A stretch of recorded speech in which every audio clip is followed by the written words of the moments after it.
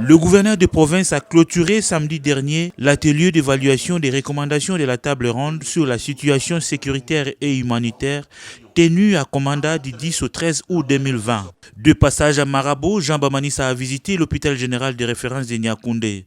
Sur place, il a échangé avec les responsables de cette formation hospitalière, une manière pour lui de se rendre personnellement compte de la reprise des activités après un temps de turbulence. Il y a même des non-infirmiers qui étaient à difficulté dans les quelques jours de rentrer ici. Mais maintenant, nous avons des infirmiers HEMA, nous avons des médecins HEMA qui sont ici sur place. Et c'est quelque chose que nous encourageons, cette cohabitation pacifique, et ça continue comme ça.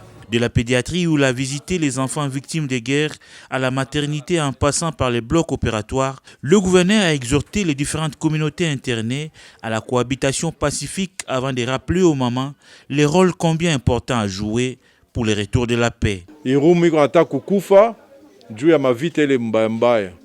est en train de mourir à cause de la guerre. Vous, les mamans, nous avons maintenant plusieurs maladies, conséquences de la guerre. Les enfants, l'école.